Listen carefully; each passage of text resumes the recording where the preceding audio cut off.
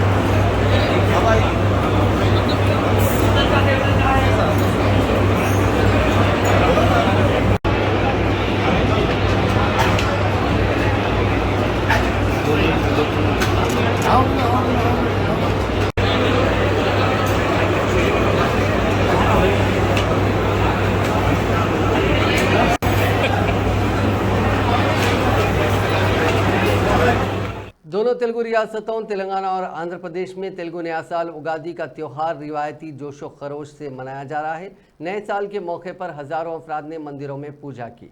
इस मौके पर नीम के पत्तों, कैरी, गुड़, नमक और इमली से तैयार करदा खुसूसी डिश पछड़ी तैयार की गई। उगादी के मौके पर आवाम ने एक दूसरे को मुबारकबाद पेश की और नए साल के मौके पर नई उम्मीदें, नए अज़्म और नए मंसूबे तैयार करने के लिए पुरजोश अंदाज में काम करने पर जोर दिया। उगादी के मौके पर बेशतर सियासी लीडरों ने भी दुनिया भर में फैले तेलुगु अवाम को नए साल की मुबारकबाद पेश की। तेलंगाना में तेलुगु साल नौ उगादी त्यौहार जोशो खरोश से मनाया गया। सियासी जमातों में उगादी त्यौहार मुनक़िद करते हुए अपने अपने अंदाज में पंचगान को पेश किया। हुक्मरान जमात कांग्रेस ने गांधी भवन में उगादी त्यौहार मनाते हुए आवाम को नए साल की मुबारकबाद पेश की। इस मौके पर पंडित पंचगान का खुलासा करते हुए कहा कि अगर कांग्रेस मेहनत करेगी तो मरकज़ में इक़्तिदार में आएगी। इसी तरह BJP के दफ्तर में उगादी त्यौहार मनाया गया। मरकज़ी वज़ीर और BJP के रियासती सदर किशन रेड्डी ने खुसूसी पूजा के बाद पंडित साले नौ पंचगान पर रोशनी डालते हुए कहा कि नरेंद्र मोदी तीसरी बार भी वज़ीर आज़म बन सकते हैं। पंडित ने कहा कि इस बार सफ़ेद फसलों की अच्छी पैदावार होगी। 23 अप्रैल तक शादी के लिए अच्छा मुहूर्त है। अजनास की कीमतों में कमी होगी। वहीं TRS भवन यानी तेलंगाना भवन में BRS पार्टी के कारगुजार सदर KT रामाराव ने खुसूसी पूजा में हिस्सा लिया। इस मौके पर पंडितों ने पंचगान के बारे में बताते हुए कहा कि इस साल बारिश होगी, किसान खुशहाल रहेगा। हुकूमत के लिए ये साल मुश्किलात पैदा होगी। अपोजिशन अगर मेहनत करेगी तो अच्छे नतायज बरामद होंगे। KCR का सितारा काफ़ी ताकतवर है, उनकी हिकमत अमली को आवाम की तायद हासिल रहेगी।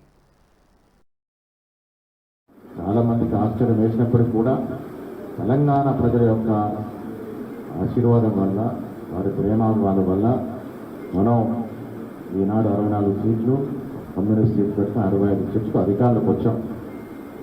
ఇది ప్రజల ఆశీర్వాదం, ప్రజల కోరిక మేరకు అది చేసాం ఇది చేసాం అని గొప్పలు చెప్పుకున్నటువంటి కేసీఆర్ ప్రభుత్వాన్ని గద్దెదించి మనని గద్దెనెక్కించినాం. ఏ మార్పు జరిగినా ఇది ప్రజల కోసం జరిగిన మార్పు. ఇవాళ 4 మాసాల్లో రాష్ట్రంలో కాంగ్రెస్ పార్టీ అధికారంలోకి వచ్చిన తర్వాత రేవంత్ రెడ్డి గారు ముఖ్యమంత్రిగా, సత్య విక్రమార్క గారు ఉప ముఖ్యమంత్రిగా, వారి మంత్రులుగా సహచరులు, అదేవిధంగా పీసీసీ ఆరోగ్యం అంతా కూడా ప్రజలు ఆశించిన మేరకు పాలన జరుగుతూ ఉంది. 9.5 ఏళ్లలో ప్రజలు ఏదైతే ఆశలతో ఆకాంక్షలతో తెలంగాణ కోరుకున్నారో, తెలంగాణ నిర్మాణం అవుతుందని ఆశించినారో, ఆశలకు భంగం కలిగి ఆశించిన మేరకు పాలన జరగకపోవడం వల్లనే గతంలో ప్రభుత్వాన్ని మార్పిడి కోరుకున్నారు, ప్రజలు మార్పిడి చేసినారు.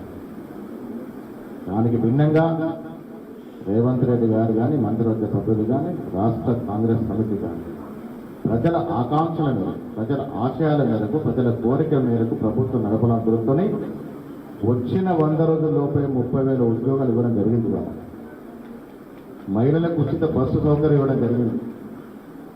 మళ్ళీ భారతీయ జనతా పార్టీ ప్రభుత్వం నరేంద్ర మోడీ గారి నాయకత్వంలో తప్పకుండా మరి వస్తుందనే విషయాన్ని కూడా పంజాగ పట్టణంలో కూడా మనం కొంత అర్థం చేసుకోవాలి. అంతేకాకుండా మరి గ్రామీణ ప్రాంతాల్లో కూడా మంచి ఈ యొక్క పంచాంగ పట్టణంలో మరి పంచాంగ శ్రవణం చేసేటువంటి సాంప్రదాయం చాలా అద్భుతంగా ప్రతి గ్రామంలో కూడా జరుగుతుంది. మరి ఈ సందర్భంగా భారతీయ జనతా పార్టీ తరఫున తెలంగాణలోని ప్రతి కార్యకర్తకు హృదయపూర్వకమైనటువంటి శుభాకాంక్షలు ఈ ఉగాది పండుగ సందర్భంగా వారందరికీ తెలియజేస్తా ఉన్నాను. అదేవిధంగా తెలుగు ప్రజలందరికీ కూడా దేశ ప్రధానమంత్రి అయినటువంటి నరేంద్ర మోడీ గారి తరఫున, భారతీయ జనతా పార్టీ తరఫున వారందరికీ హృదయపూర్వకమైనటువంటి ఉగాది పండుగ శుభాకాంక్షలు తెలియజేస్తూ మనమందరం కూడా ఏ రకమైనటువంటి కష్టాలు లేకుండా సుఖ సంతోషాలతో ఉండే విధంగా భగవంతుడు సమస్త మానవాళిని ఆశీర్వదించాలని, అదేవిధంగా మంచి వర్షాలతో పాడి పంటలతో అందరూ సుఖ సంతోషాలతో ఉండే విధంగా మరి భగవంతుడు తప్పకుండా మనందరూ ఆశీర్వదిస్తాడు. అదేవిధంగా కేంద్రంలో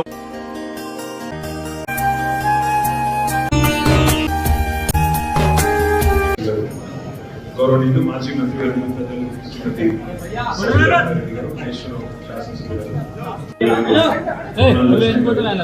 గౌరవనీయులైన మాజీ మంత్రివర్యులు పెద్దలు మొహమ్మద్ అలీ గారు, గౌరవనీయులైన శాసనసభ్యులు సోదరులు కాళీ యాదయ్య గారు, గౌరవనీయులు డాక్టర్ సంజయ్ గారు, మాజీ శాసనసభ్యులు మహేశ్వర్ రెడ్డి గారు, శాసన మండలి సభ్యులు సోదరులు శ్రీమతి రాజు గారు, గౌరవనీయులు పట్న మహేందర్ రెడ్డి గారు, ముందు రెండు స్వామి గౌడ్, గౌరవ శాసన మండలి మాజీ అధ్యక్షులు పెద్దలు స్వామి గౌడ్ గారు, అదేవిధంగా వేదికపై కార్యదర్శి, రాష్ట్ర కార్యాలయ కార్యదర్శి రావు చంద్రశేఖర్ రెడ్డి గారికి, గౌరవ మన భారతదేశంలోనే కాకుండా ప్రపంచవ్యాప్తంగా ఉండే తెలుగు సోదరులందరికీ ఈరోజు తెలుగు వారి కొత్త సంవత్సరం ఉగాది శ్రీ క్రోధి నామ సంవత్సర శుభాకాంక్షలు హృదయపూర్వకంగా తెలియజేసుకుంటూ, మరి రాజకీయాలు ఎప్పుడూ ఉంటాయి కానీ పండుగ పూట రాజకీయాలు మాట్లాడకూడదు.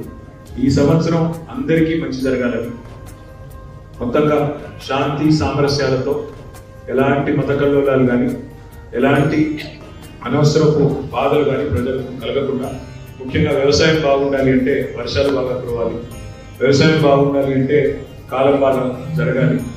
ఆ రకంగా ప్రజలందరూ కూడా మత సామరస్యంతో శాంతియుతంగా ఆరోగ్యంగా మరి చక్కటి వాతావరణ అనుకూల పరిస్థితులు కూడా రావాలని మనస్ఫూర్తిగా భగవంతుడికి ప్రార్థిస్తూ మరి ఈరోజు ఈ కార్యక్రమంలో పాల్గొన్న ప్రతి ఒక్కరికి. सीनियर आईपीएस ओहदेदार राजीव रतन का मंगल को दिल का दौरा पड़ने से इंतकाल हो गया। राजीव रतन इस वक्त डीजी विजिलेंस एंड एनफोर्समेंट के तौर पर काम कर रहे थे। जराये के मुताबिक राजीव रतन ने आज सुबह के वक्त सीने में दर्द होने की शिकायत की, जिस पर घर वालों ने उन्हें एआईजी अस्पताल गच्चीबौली शिफ्ट किया। इलाज के दौरान वो इंतकाल कर गए। राजीव रतन की अचानक मौत पर कई ओहदेदारों ने गम का इजहार किया और रियासत के लिए उनकी खिदमात को याद किया। इससे पहले वो करीमनगर एसपी के तौर पर खिदमात अंजाम दे चुके हैं। उन्होंने ऑपरेशन आईजी और पुलिस हाउसिंग कॉरपोरेशन के चेयरमैन की हैसियत से भी मुख्तलिफ ओहदों पर काम किया। वज़ीर आला रेवंत रेड्डी ने सीनियर आईपीएस अफसर राजीव रतन की मौत पर सदमे का इजहार किया। वो तेलंगाना विजिलेंस एंड एनफोर्समेंट के डायरेक्टर जनरल के तौर पर खिदमत अंजाम दे रहे थे। मंगल की सुबह एआईजी अस्पताल में दिल का दौरा पड़ने से उनका देहांत हो गया।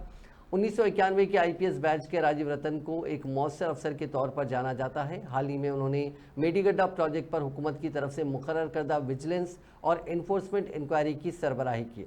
इससे कबल वो एसपी करीमनगर और डीजी सर्विसेज के तौर पर भी काम कर चुके हैं। उन्होंने हैदराबाद रीजन के आईजी और पुलिस हाउसिंग कॉरपोरेशन के एमडी के तौर पर मुख्तलिफ ओहदों पर काम किया। इस मौके पर वज़ीर आला ने रियासत में महकमे पुलिस के लिए उनकी जानिब से तवील अरसे तक की गई नुमायाँ खिदमात को याद किया। उन्होंने कहा कि तेलंगाना का समाज उन ओहदेदारों को कभी फरामोश नहीं करेगा जिन्होंने अपनी जिम्मेदारियाँ मुस्तैदी और ईमानदारी से अंजाम दी। चीफ मिनिस्टर ने राजीव रतन के इंतकाल पर ताज़ियत का इजहार किया। उनके अहले खाना से गहरी ताज़ियत का इजहार किया। दिल्ली शराब मामले में बीआरएस एमएलसी कविता को एक बार फिर मायूसी का सामना करना पड़ा। अदालत ने कविता की अदालती तहवील में तौसीह कर दी। इस मामले में कविता की 14 दिन की तहवील के अख्ताम के बाद ईडी हुक्काम ने उन्हें राउस एवेन्यू कोर्ट में पेश किया। इस मौके पर ईडी ने कविता की तहवील में तौसीह की दरख्वास्त की, जबकि इस मौके पर कविता के वकील ने दलील दी कि तहवील में तौसीह की ज़रूरत नहीं है। दोनों फरीकों के दलाइल की समाअत के बाद राउस एवेन्यू कोर्ट की खुसूसी जज कावेरी बावेजा ने ईडी के दलाइल से इत्तेफाक किया और कविता की अदालती तहवील में तौसीह कर दी। वही इस महीने की 23 तारीख तक तिहाड़ जेल में बंद रहेंगी। अदालत से वापसी के दौरान कविता ने कहा कि ये केस मुकम्मल तौर पर बयान पर मबनी और सियासी केस है। अपोजिशन जमातों को निशाना बनाने का ये मामला है। सीबीआई ने पहले ही जेल में उनका बयान दर्ज किया है। Madam,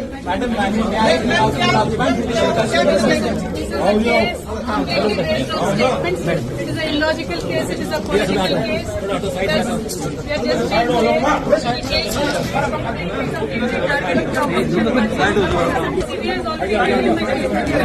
CBI has taken your statement in jail. Ma'am CBI ने आपसे क्या पूछा ma'am?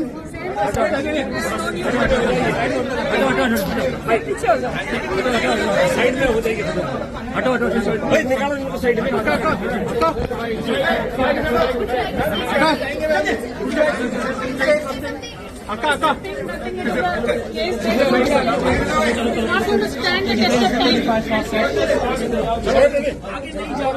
Madam, what is your message for Telangana people? Ma'am, what is your message for Telangana people? Delhi शराब केस में तिहाड़ जेल में मुक़ीद बीआरएस की रुकन काउंसिल कविता ने जेल से 4 सफ़ात पर मुश्तमिल मकतूब जारी करते हुए अपने आप को बेकसूर करार दिया। एनफोर्समेंट डायरेक्टरेट के अहदेदारों ने आज अदालती हिरासत खत्म होने के बाद कविता को अदालत में पेश किया, जिस पर दिल्ली की रॉज एवेन्यू कोर्ट ने कविता की अदालती हिरासत में मजीद 2 हफ्ते की तौसीह कर दी। जज ने इस मौके पर कविता को बोलने की इजाज़त नहीं दी और उन्हें मशवरा दिया कि वो अदालत में बात करने के लिए एक दरख्वास्त दाखिल करें। इस दौरान बीआरएस की रुकन काउंसिल कविता ने 4 सफ़ात पर मुश्तमिल मकतूब जारी किया और कहा कि जज ने उन्हें अदालत में बोलने की इजाज़त नहीं दी। उन्होंने कहा कि मेरा शराब केस से कोई ताल्लुक़ नहीं है, इस बात का कोई सबूत नहीं है कि मैं गलत हूँ। 2.5 साल की तफ्तीश में कोई सबूत नहीं मिला। मुझे दीगर अफराद के बयान पर गिरफ्तार किया गया। मुझे कोई माली फ़ायदा नहीं मिला। मैं इस केस में गैर ज़रूरी निशाना बनी हूँ। 2 साल से इस केस की तफ्तीश नहीं हुई। मीडिया की ट्रायल सीबीआई और ईडी की तफ्तीश से ज़्यादा है। मीडिया ने मेरी शख्सी और सियासी साख को दागदार किया।